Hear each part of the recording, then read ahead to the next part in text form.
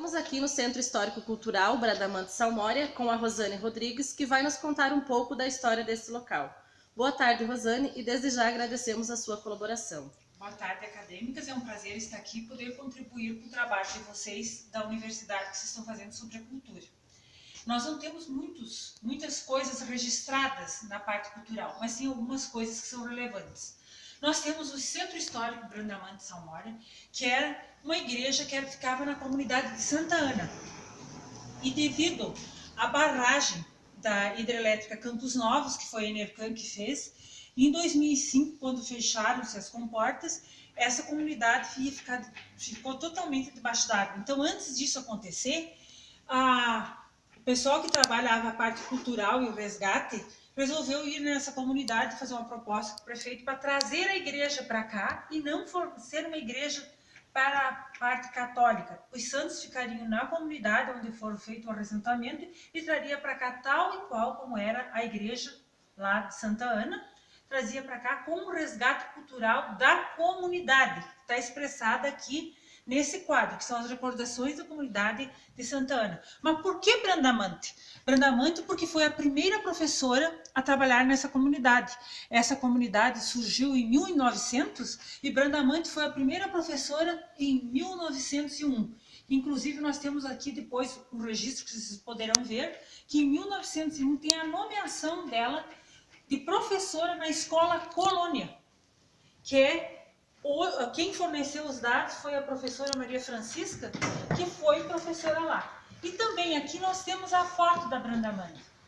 Então vocês vejam que na cultura as coisas demoram a acontecer. Somente em 2005 que Bradamante Salmória foi homenageada a sua história enquanto educadora, trazendo para esse local aqui o nome dela para contar a história da comunidade de Santa Ana e a história da nossa comunidade Anita Garibaldi, que é onde nós...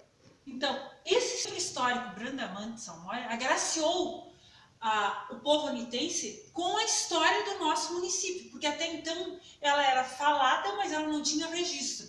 Então começou com os primeiros donos do lugar, que foram os primeiros que vieram para Anita Garibaldi.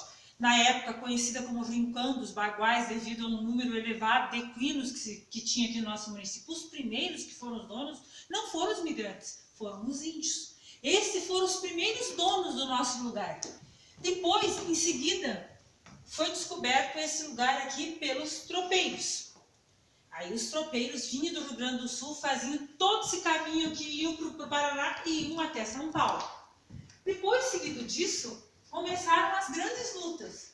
E nessas lutas que aconteceu no Planalto Catarinense, houve um registro que foi um marco que levou o nome do nosso município em 1962.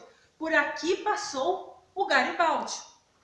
E passou nessas terras e foi rumo ao Rio Grande do Sul.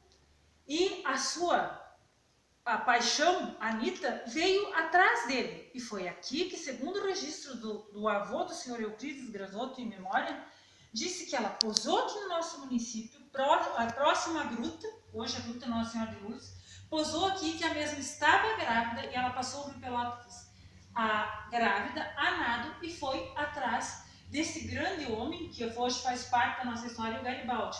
Então, já nessa época, aqui já houve a presença desses dois que fizeram a história do nosso município, que é o Garibaldi e a Anita. Então aqui tem todo o registro de quando eles passaram aqui, que foi em 1839. Está todo descrito aqui.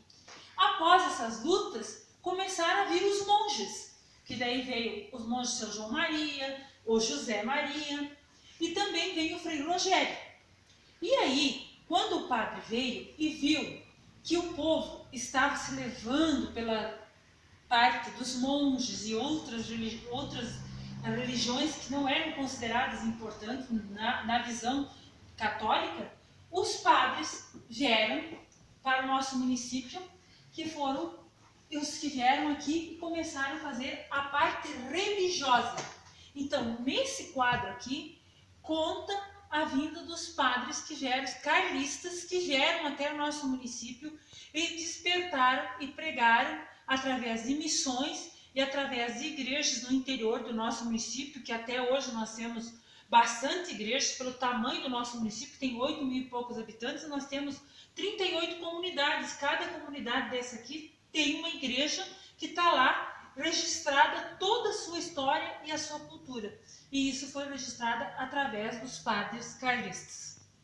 Para os monges, veio os padres, vieram as irmãs da Divina Providência e chegou o momento que o nosso município, que era chamado de Rincão dos Baguais, passou a ser também visto como o nome Hercílio Luz, que isso está registrado no livro do seu Graciano, e em 1961 começou o trabalho para a emancipação política do nosso município, que foi realizado em 4 de dezembro.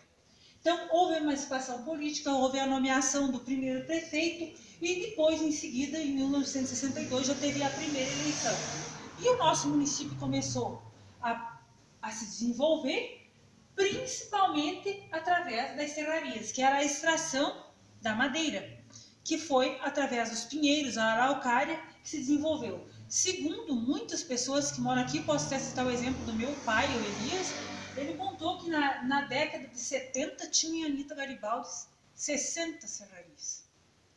Então vocês vejam, isso aqui era povoado de pinheiros, onde todos viviam. A economia do município na época não era a pecuária, e sim a extração da madeira. Da madeira, isso que a gente diz de lei, que a madeira de lei é o pinheiro, e das madeiras de folha, que são das outras árvores. Depois, em seguida, as famílias começaram a migrar.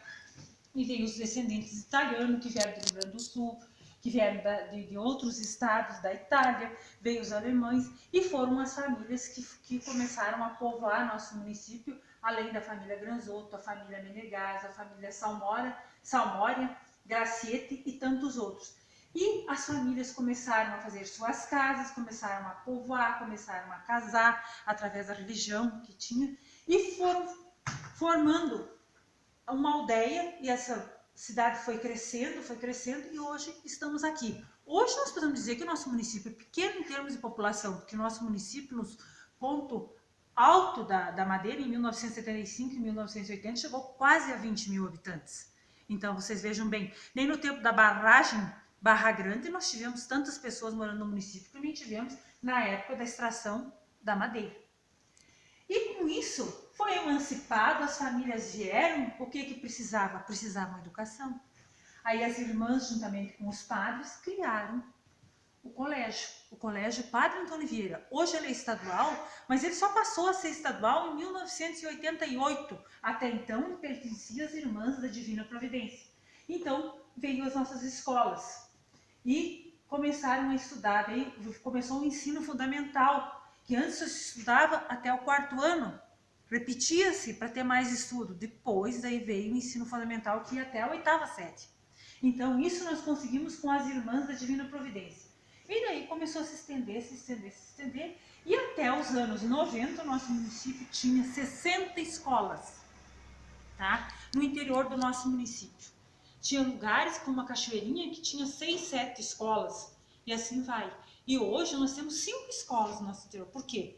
Porque houve o êxodo rural, as pessoas foram embora daqui em busca de trabalho, tá? Porque acabou a extração da madeira, a pecuária e a agricultura já não deu mais sobreviver, as pessoas foram embora. Então, numa década que nós ficamos com 60 escolas, hoje nós temos 5 escolas no interior. Mas a educação fez parte da nossa história e é uma das coisas que tem um elenco de pessoas que trabalhou e fez com que acontecesse, e fez com que muitos anitenses destacassem no cenário catarinense, foi através da educação.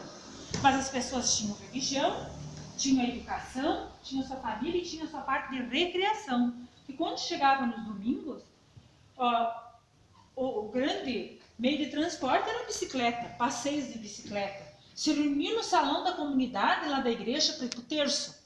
Depois do terço, vamos jogar uma canastra. Ou fazer uma cantoria. E as mulheres se reuniam para tomar chimarrão, contar caso com as suas comadres, também se divertiam. Não só jogando cartas, mas jogando bocha com cantorias e também com o esporte, que era o futebol. E também nos domingos de lazer também tinha muito as pescarias e as caçadas. Isso é uma cultura que ficou enraizada e fez parte, e até hoje muitas dessas coisas acontecem ainda na nossa vida diária. Por exemplo, quem de nós não vai em uma festa no interior? Na Santa Missa, depois da Santa Missa, comendo um suculento churrasco.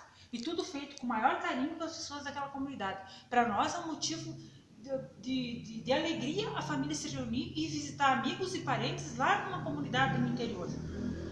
É prazeroso. Mas as pessoas rezavam, as pessoas passeavam, tinham recreação, mas as pessoas também tinham o seu trabalho.